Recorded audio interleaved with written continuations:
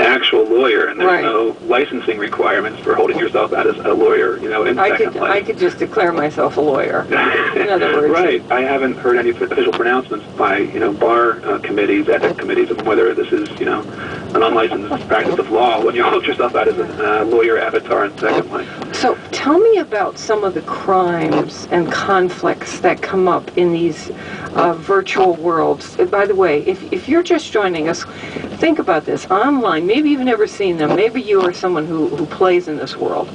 And it's not just kids. There's some for little kids. There's some for adolescents, many for adults. It's like World of Warcraft, which is more fantasy life. There's Second Life.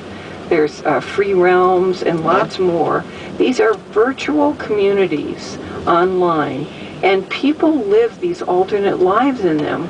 And I guess the appeal is choice, because you get to create a person, an avatar. You get to be male or female, so you could switch genders from your real life if you want. You get to be a certain profession. You get to buy property. You get to create property. You get to take on a profession. In some of these, real money is involved. People are in this virtual world, as we were just describing.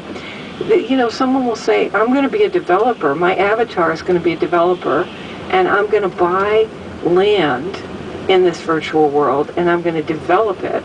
In other words, I'm going to have, say, a house put up, and there's going to be a whole community, and then I'm going to sell the land or sell the house.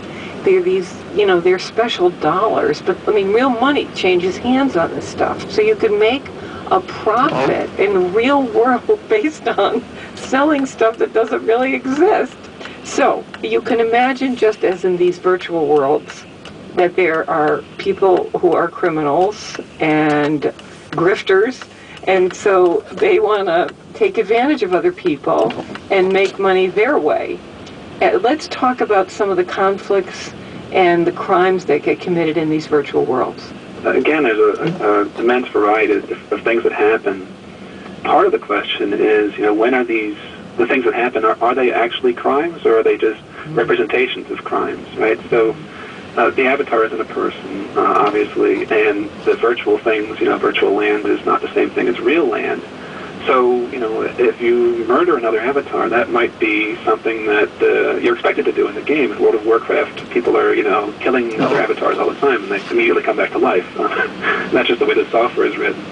But in Second Life, a more kind of sympathetic situation would be if your avatar has decided to be a fashion designer. So you spend a lot of time creating original clothing for other avatars that other avatars can wear.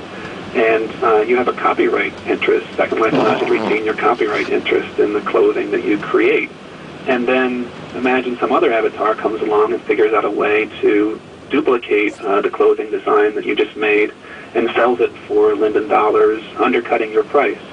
So basically, they're selling pirated copies of your original design.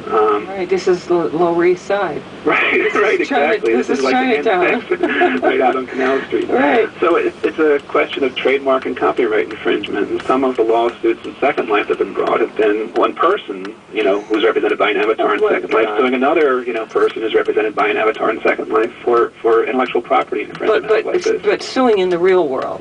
Suing in the real world, right? Because there's real money on the line. Some people are making their livelihoods in Second Life by creating original content. Because real money is changing hands for this stuff. Right, exactly. So they're defending their businesses, and the people that are, making copies without authorization are basically just finding a way to, get rich quick by copying other designs. Yeah, so there's one example. There's one example. And the other, examples include, there's an example I mentioned in the book right at the beginning involving a Chinese case, the Kui Cheng Wei case, where one player in one of these games, Legend of Mir in China, acquired a sword that was incredibly valuable and rare. This is the Dragon Saber. Right. It was a game world, right, and this sword was mostly useful for the game, but as in many of these game worlds, the sword could be sold to other players for real money.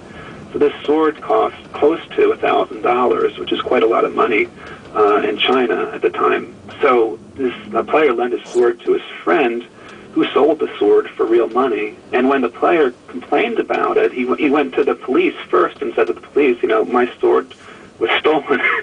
And it's a virtual sword within this game. And the police, as you might expect, said, well, that sounds like you're playing a video game. That's not really a legal matter. But if you think about it, the sword was worth quite a bit of money, and if his friend had stolen $1,000 from him, the police would have investigated. And because it happened with virtual property, they